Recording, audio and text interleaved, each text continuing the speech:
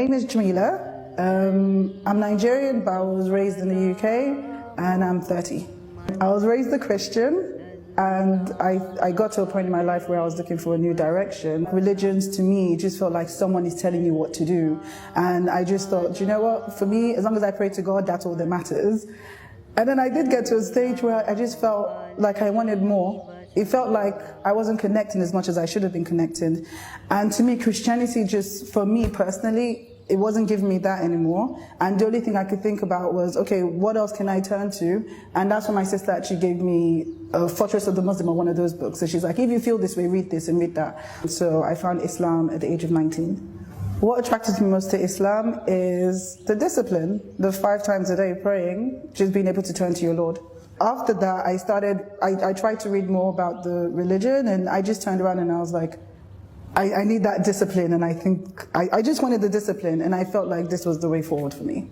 There were certain things in Christianity that I would have to, would I say not believe anymore, or say, you know, I don't believe this anymore, i.e. that Jesus is the Son of God. But you know, for me, I think that was the hardest thing. So funnily enough, it actually took me about, I think probably about 2 weeks after I made up my mind I wanted to become a Muslim, but it took me 2 weeks to actually say to actually make that decision and say the Shahada, because I wasn't, or to, you know, to say I wanted to become a Muslim, because I wasn't prepared to give that up. When I first became a Muslim, I was still in the UK and I just started uni, and I was blessed enough to, in the university I went to, you know, I had some Muslim sisters there, so there was a prayer room, so I used to go there. I didn't know anything, but they were so welcoming to me, and they were willing to help me because I knew nothing.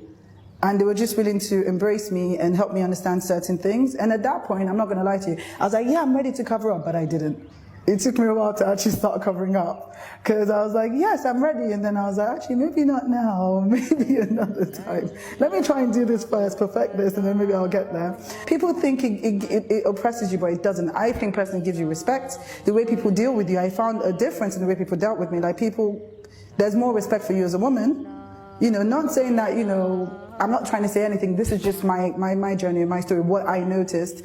The way people deal with you, the way people act with you, and even the way I try to do things. I remind myself, remember, Drila, you can't you can't go to this place, for example, you're wearing the hijab.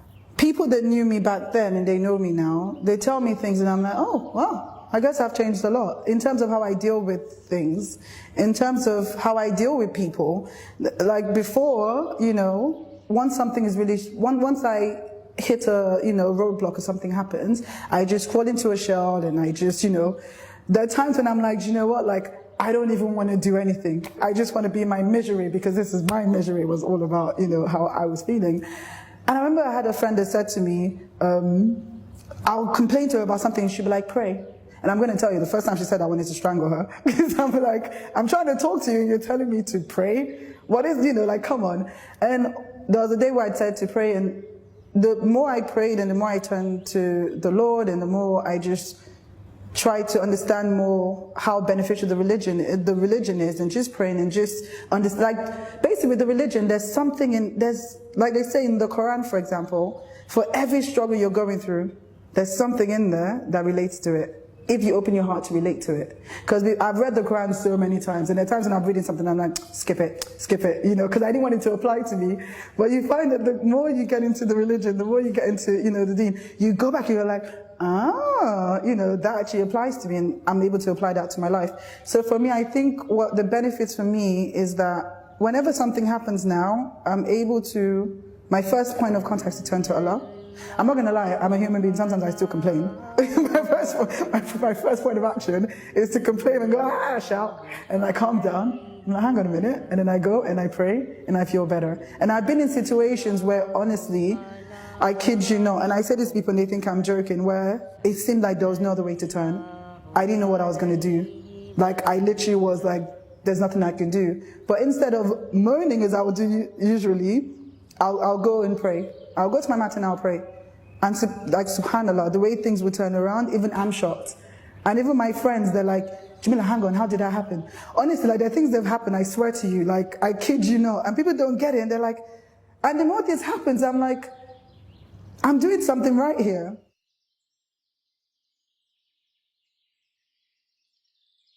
don't block yourself. Just take one step. Take one step in any direction. If there's one thing you can give up today, anything, no matter how little you think it is, but you think it's something that'll bring you closer, take that step. If for example, you feel like, even just talking to somebody more about the religion and becoming closer, that's a step.